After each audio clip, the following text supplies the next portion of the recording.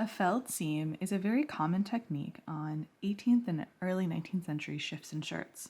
It is a perfect seam to do on any kind of unlined garment. So be it historical sewing or potentially some sort of modern garment that it's unlined.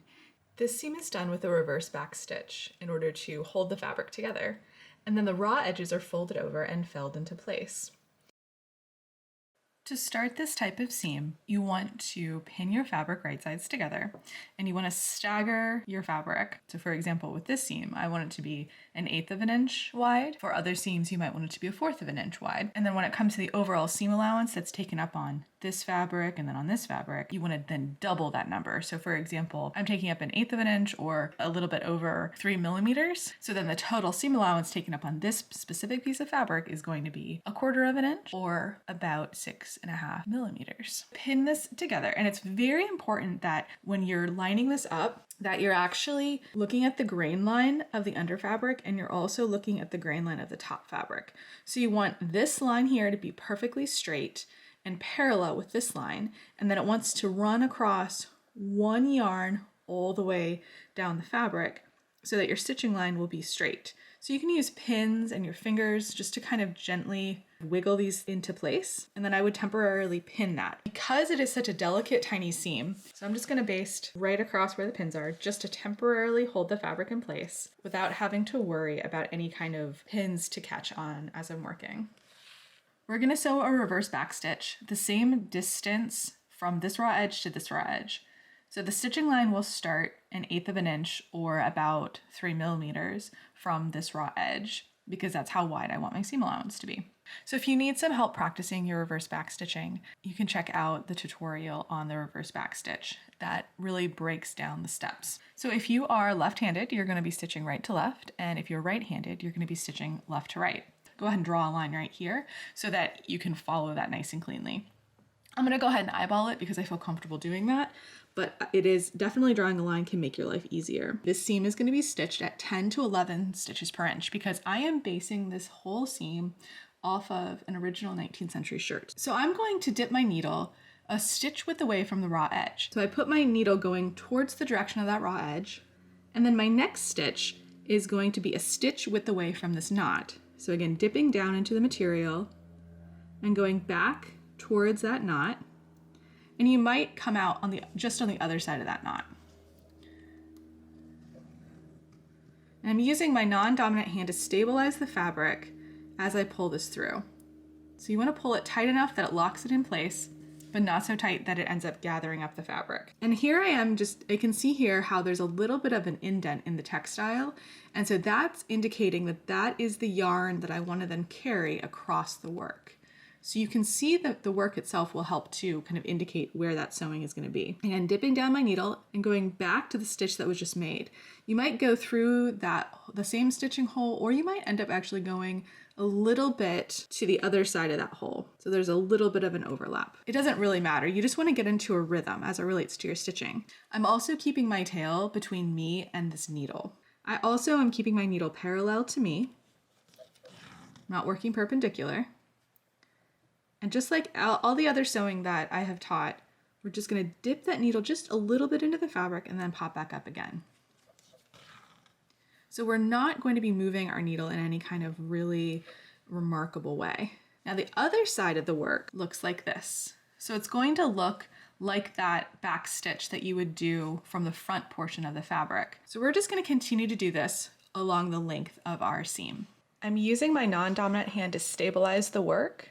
You can see how I'm pinching it with my thumb and my middle finger.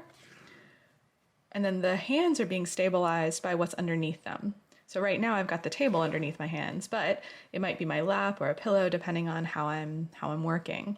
And when you're ready to knot off, take a little bite in the material. Make a loop, go through that loop once or twice, pull it. And then this is going to be on the inside, so it doesn't matter, but I still like to take my needle and go back parallel between the thread and the fabric, and then trim off that.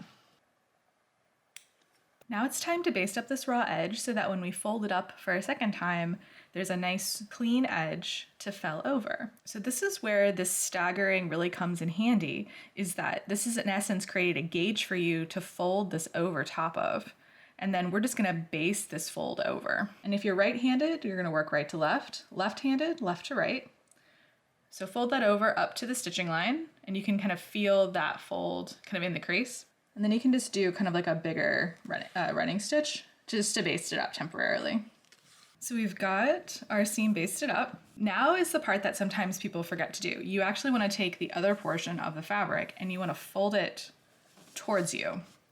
So now you've got the wrong side actually looking up at you. And you want to make sure that you press this fold over. You also want to make sure that this seam line is very cleanly and crisply pressed open. With linen, you can easily do this with your fingers, but you may want to grab an iron and do it too. But it is vital that this is cleanly pressed open. Now it's time to fold that over and fell it in place. And if you think of felling, think about like felling a tree. You're knocking over a tree, so we're knocking over this clean edge to then stitch it down. Right-handed people are going to be doing right to left. Left-handed folks will do left to right. The reason why this fabric is here is because I'm actually sewing a seam on a gusset. So that's why you get extra. But if you were starting a seam at the end of the material, you would actually have this cut all the way up here. But this is the exact same technique that you would use for any kind of seaming. I'm going to put this needle in right along that edge, making sure that I'm only going down about a yarn or two. Put that needle through. Lock that knot in place. Orient the work so that it's parallel to your body. Make sure that your non-dominant hand is perpetually kind of pushing this seam open and then pressing this fold down. So my middle finger is pushing that open and my thumb is pressing this down. And you want to make sure that when you fold this over, that this grain line is going in the same direction as the grain line of the fabric you're felling the fold to.